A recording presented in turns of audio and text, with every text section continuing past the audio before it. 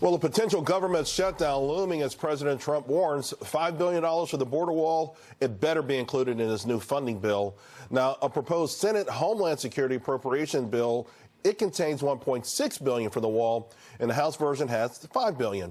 This is House and Senate Democrats are also at odds right now with each other on how much, if any, will be allotted to the wall. Here to help hash it all out, and will we get a deal soon? Our Fox News contributor, Deneen Borelli, I24 news editor-in-chief Michelle Makori, and foreign policy analyst Ari Aramush. Let me start with you, Deneen.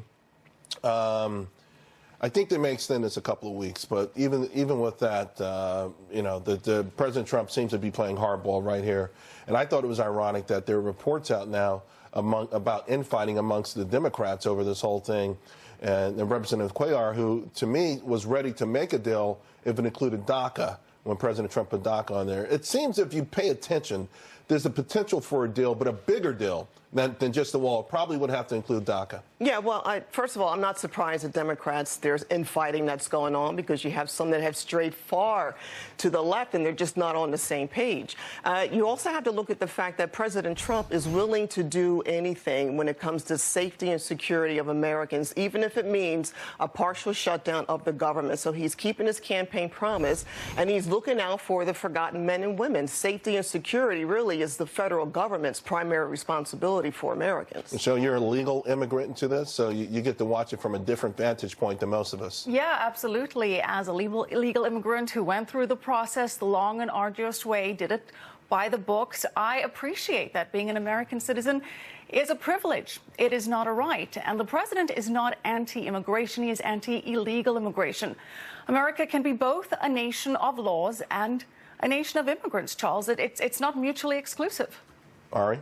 Well, his wall is never going to get built. This was a false promise to some of the most fringes in the right wing of his base. It's never going to get built. Mexico is never going to pay for it, and he doesn't even have the votes in his own GOP caucus. I mean, you think the Freedom Caucus is going to go with this? A lot of people from the extreme right and the Freedom Caucus are not going to be okay with some of the compromises with the Democrats and also moderate Republicans. Look what happened. They got whacked all over the Northeast, East Coast, West Coast. So you got to make up your mind. So who's not going to go for it? The moderate Republicans or the right-wing Republicans or no Republicans? A package that is moderate, the right-wing Republicans, such as the Freedom Caucus, ain't going to go for it. And a package that is too extreme, there's no votes for it in the House. And moderate Republicans are not, whatever is left of them, by the way, because we don't have that many moderate Republicans anymore. But again, this was a false promise. The Republicans in D.C., I think, this is the Trump party, Michelle. So.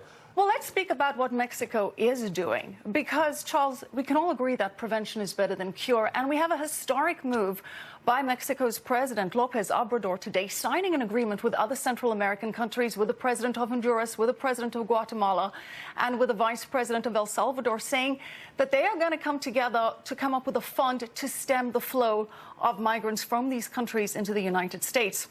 They're saying that they're going to try and fix the problems back home so that people don't want to leave the countries. They're going to come up with a plan to improve job creation, to fight the poverty that many of these migrants are fleeing. Would that have happened without President Trump pushing for this action from these other countries? I don't think so. This is a result of President Trump's tough approach, saying, look, you guys got to take care of things back home on your own side. It actually did happen. And it happened under President Obama when the flow of immigration went the other way, when the economy wasn't doing that great. They are coming together for the first time. That's not true. The flow of immigration never went the other way to Central America, right? It sort of went the other way for Mexico. But I think we're talking about Mexico as a conduit. And I think to Michelle's point, Deneen, the Mexican government offered asylum.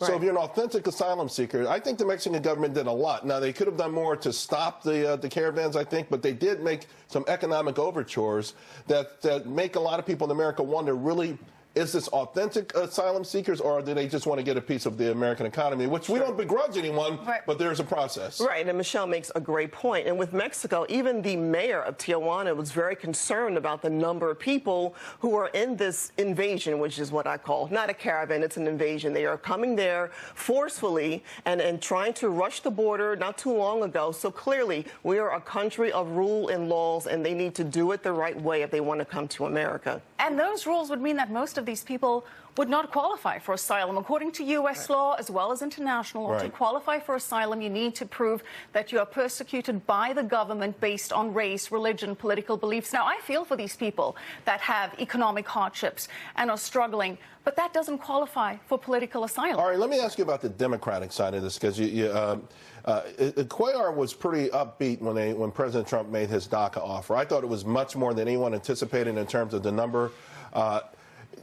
From the Democratic side, could there be a deal if it was a bigger deal, if it included DACA? Would they say, okay, fine, hey, you know what, this is a great voting block that we promised for a long time, and we had the White House, we had the Senate, we had the House, at one point too. We couldn't get it done. Right. Would they cut a deal? And that's a very good but tough question. I'm for a deal. I want a deal where you can address the illegal immigration issue. You can also address DACA. You have so many highly educated working people in this country who are living in the shadows, yet they grew up here. Therefore, for every the aspect of the definition, they're Americans. Let's get a deal done. Problem is, again, because of our primary system and because of what's been happening with gerrymandering, you got the crazies on the extreme right, and you got the fringes on the extreme left. We don't need to do the name calling. We don't need to do the name calling. Both sides have the crazies. That's what I'm thinking. Both sides have the fringes. So do you want to deal? Everyone agrees it's a problem, though. Go ahead. Real quick, because I got the wrap. If Democrats were so concerned, they could have done something when President Obama was in office and he had control. And you have the three branches of the government and didn't do anything about it because you guys want to pander to your base. Which underscores how complex this can be. So thank you all very much, Janine, Michelle, and Ari.